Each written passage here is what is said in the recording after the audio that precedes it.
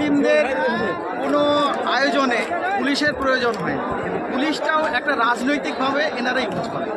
আমরা ইসলাম ধর্ম শান্তিতে বিশ্বাস করে এবং প্রত্যেক জায়গায় আপনি দেখবেন খুব শৃঙ্খলাভাবে আমাদের যে জালসা হয় বা মিলাদ মাহফিল হয় সেখানে কোনো পুলিশের প্রয়োজন হয় না। এইটাও আপনি বলতে পারেন যে একটা রাজনৈতিক বিষয়, এটা যে পুলিশের কোনো প্রয়োজন নেই। আমরা শান্তি শৃঙ্খলাভাবে এখানে এসেছি, এখানে ভিত্তি স্থাপন হবে, আমরা দেখবো এই ঐতিহাসিক মুহূর্তের সাক্ষী হয়ে আমরা নিজের মতো বাড়ি ফিরে আমাদের খালি হাতে আমরা একটা ইসলামিক ঝান্ডা বা আমরা জাতীয় পতাকা হাতে এসেছি, এখানে পুলিশের কোনো প্রয়োজন নেই। নেট ব্যবস্থা বলতে পারেন এটাও এইটা একদম চক্রান্তমূলক, সে কেন্দ্র সরকার থেকে রাজ্য সরকার এটা টোটালটাই যেন এই বিষয়টা অন্য জায়গায় না যেতে পারে, মানুষ যেন না দেখতে পারে, সেইটাকে সরকার একটা চক্রান্ত বিষয়। এখানে রাজ্য সরকার এবং কেন্দ্র সরকারের মধ্যে আপনি কোনো তফাৎ পাবেন না, যে বিজেপি সেই তৃণমূল।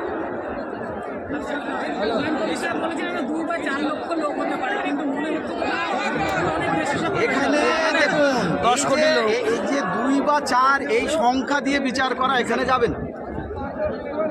আমাদের টোটাল পশ্চিমবঙ্গের মানুষ তাকিয়ে আছেন, মানে এই জায়গায় যিনি আসতে পেরেছেন তিনি সৌভাগ্যবান। পরবর্তী টাইমে আবার লোকজন আসবেন, এখানে সংখ্যা দিয়ে বিচার করা যাবে। এখানে 4 লক্ষ 40 লক্ষ লোক আসবেন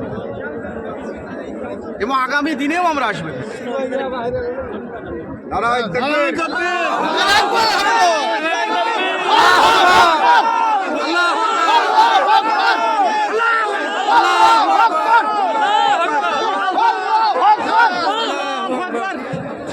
একটা বিষয় আপনারা লক্ষ্য করবেন, এখানে মমতা ব্যানার্জি সরকারি টাকা আপনার আমার রাজস্বের মানে কর দেওয়া টাকা দিয়ে দীঘাতে মন্দির করবেন এবং উত্তরবঙ্গে তিনি মহাকাল মন্দির করবেন, কিন্তু আমরা আমাদের নিজস্ব দেওয়া টাকায় নিজস্ব জমিতে মসজিদ করা যাবে।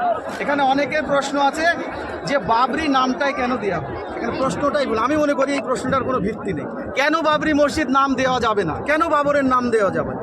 বাবরের ইতিহাস সারা পৃথিবীর লোক জানে। ওনারা এটা প্রডিউস করতে চাইছেন যে বাবর একজন আক্রান্ত। বাবরের জন্মটাও এখানে, তিনি রাজপাট এখানেই করেছেন, এখানেই তিনি সমাধিস্থ আছেন। তাহলে বাবর তো এখান থেকে লুট করে তার দেশে কাজাকিস্তান নিয়ে যান। তিনি যেটা করেছেন আমাদের কথা সারা হিন্দু মুসলমান সবারই কথা, তার ইনফ্রাস্ট্রাকচার এখানে। কেন বাবরের নাম রাখা যাবে না, কেন হুমায়ুনের নাম রাখা যাবে না, বা কেন আকবরের নাম রাখা যাবে না? এখানে সমস্যা কোথায়? কিন্তু ওরাও রাম মন্দির করুক। অনেকের উত্তর আছে যে আমরাও প্রত্যেক জায়গায় রাম মন্দির করতে পারেন। আপনি ঘরে ঘরে রাম মন্দির করুন, আপনার বাড়িতে করুন, উঠোনে করুন, কোনো সমস্যা নেই। একজন মুসলিমকে যেখানে দেখেছেন যে রাম মন্দির করলে তার কোনো বিভ্রান্তি করতে দেওয়া যাবে না, কোনো সমস্যা নেই। আপনি রাম মন্দির করুন, মহাকাল মন্দির করুন, কোনো সমস্যা নেই। কিন্তু আমার বাবরি মসজিদ নিয়ে কেন এত সমস্যা? আমার ওয়াকাফ, আমার বাপদাদার সম্পত্তি, সেটা নিয়ে কেন সমস্যা? আমার ভাষা নিয়ে সমস্যা, আমার পোশাক নিয়ে সমস্যা, আমার প্রার্থনাস্থল নিয়ে সমস্যা। এটা কি এটা কি? আমরা মুসলিম, আমাদের একটা আলাদা পরিচয় আছে, সেই পরিচয়টাকেই এনারা মুছে দিতে চাইছে। সেটা কোনো দিনই হতে দেওয়া যাবে না। আমরা তার সর্বাত্মক প্রতিরোধ গড়ে তুলব।